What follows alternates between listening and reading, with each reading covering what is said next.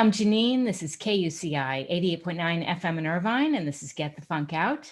Standing by to join me is Christine Isley-Farmer, and we're going to talk about her first book in her new series, Finding My Yip. Welcome to the show. Thank you. I'm glad to be here. How did this book come about? Well, this book came about, it started a couple of summers ago when I was not teaching at the university from which I am now retired, and I had some free time. I've been a hobby writer for a long time, mostly poetry, but I decided I would sit down and write a story. And I own a Cavalier King Charles Spaniel, and this is the third Cavalier I've owned. And I just love the breed, and I love the whole idea of pairing a dog with a child. I grew up with dogs and cats, but I especially love my dogs. So, and my background is singing and teaching voice. I read that. So the whole idea was to bring in music in the story because I feel like I'm an expert in that field, or of a sort in that field.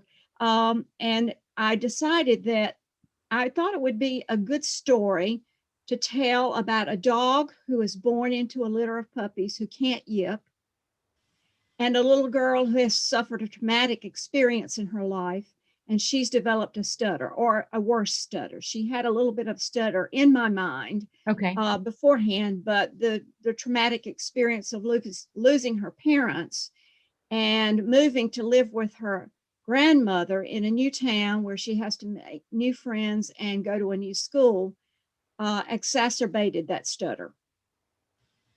It's really an incredible story you came up with. Well, thank you. I enjoyed writing it. It was challenging because when you write a story for a stuttering child, you have to be able to write the stutter too. So, did you have a stutter as a child, or did you know somebody with a stutter? I did not have a stutter as a child, but I will tell you that I have somewhat of a phobia of speaking in a large crowd. Sure. And when I do speak in a large crowd, I tend to stutter, and you not stutter, but stammer. Yes. So today you may hear me stammer once in a while because I don't know you. You're a new person to me. Sure. I'm new to you. So that happens sometimes when my nerves are heightened. Me too. But it's common. Yeah. Never in singing. And even when I was speaking dialogue on stage, I was a different person. I was in a character. So I never stammered or stuttered on the stage. I want to back up. What was your professional background before doing this? I know you're a professional singer. Yes, professional classical singer. I sang mostly in opera, operetta. I did some musical theater, but not much. I started out, starting to pursue my career. Of course, I had a bachelor's and a master's degree in music, vocal performance. And I moved to New York City, where I did like a lot of singers do, which is you find jobs working. And I did different things. I worked in a music store for a while. I worked as a receptionist at a school for gifted children in Brooklyn Heights. I even worked temp jobs because I needed time to take voice lessons, take acting lessons, ballet, and coachings. It takes a while to build yourself up. Yeah. You have to go and audition. So you have to have time to audition as well. But I gradually started getting jobs. It's great. Jobs with regional opera companies throughout the United States. I decided last year I was in New York. I auditioned for the New York City Opera, which has gone defunct now. But I auditioned for them, and actually they said, "Are you sure you want this? But we'll offer you a job in the chorus." And I took it because it was a good salary, and I wanted to save that money and go to Europe and audition. So that's what I did. And I looked up, I got the first job I auditioned for in Europe. You have to sing for an agent there, and then the agent sends you around. And I ended up in Innsbruck, Austria. Everybody knows that's the Olympic city. It's just beautiful. and I lucked up and got the first job I auditioned for. Amazing. So I stayed there for a while, and then I also guested in England and Ireland. I came back to the United States and sang. Mm-hmm. So that was that was how my professional singing career went. And then my father became ill. I came back to the United States and ended up taking a teaching job for 2 years at the university where I was an alum. And I taught there for 2 years. And then I came and have been in Tennessee for the rest of my singing teaching career. Wonderful. Where in Tennessee are you? I'm in Murfreesboro, Tennessee, which is outside of Nashville. Okay. And the school I taught at is Middle Tennessee State University. A very good friend of mine, actually, who I created the show in honor of, was from Memphis. Oh, and was she teaching or working? No, well, she, I think she went to the University of Memphis, I think she was born in Florida, grew up in Memphis, and at one point worked for FedEx. Oh, okay. FedEx is a center for, is a center. Memphis is a center for FedEx. I get it. It's like the main corporate headquarters for it or something. Right. Yes. I always think of that. I always think of that when I think of the movie Castaway. Oh. Because was that where the movie was based? I think that was when he flew to the center. That was Memphis, and then he took the flight that crashed, and he was a castaway for quite a while. See. Yeah. Did you paint that picture behind you? No, my husband painted that. Oh, this is a picture of my second Cavalier, Trevor. And my husband I call him a Renaissance man because he loves to sing, he loves to paint, he writes, he learned to fly a plane, he owned his own plane. Wow, he is. But he calls himself an amateur at this, and I said something to somebody about him being an amateur artist. Said, that doesn't look like an amateur. No, it doesn't. Most of us could not even come close to that. So bravo to him. I certainly couldn't. No. I have to paint by numbers. Pretty much. Exactly. I think I'm good at finger painting. That's about it. What else would you like people to know about the book? Well, you asked me about the book, and I would like to tell you one of the reasons I wrote the book is because I thought it was important for children who have disabilities to be mirrored in a story where there's a child who is disabled, and has to figure out a way to do what she wants to do, which is her passion, to sing like her grandmother. Oh. Her grandmother plays the piano and sings as a music teacher. And the child, Chloe, is 9 years old, and she is creative. She writes her own poetry, but because of her stutter, she whispers in her puppy's ear, "I wish I could sing like Nana."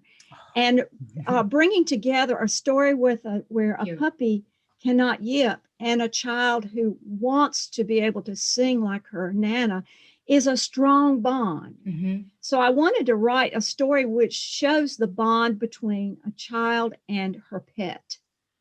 I love that.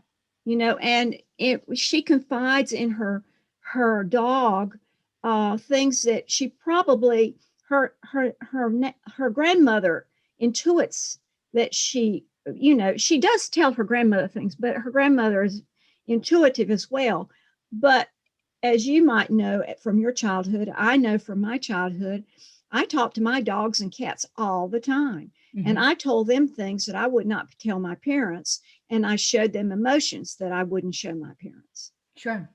And there's such a level of comfort. I'm sure while you were talking, if you were a stutterer when you were younger, you probably wouldn't be stuttering talking to your pet.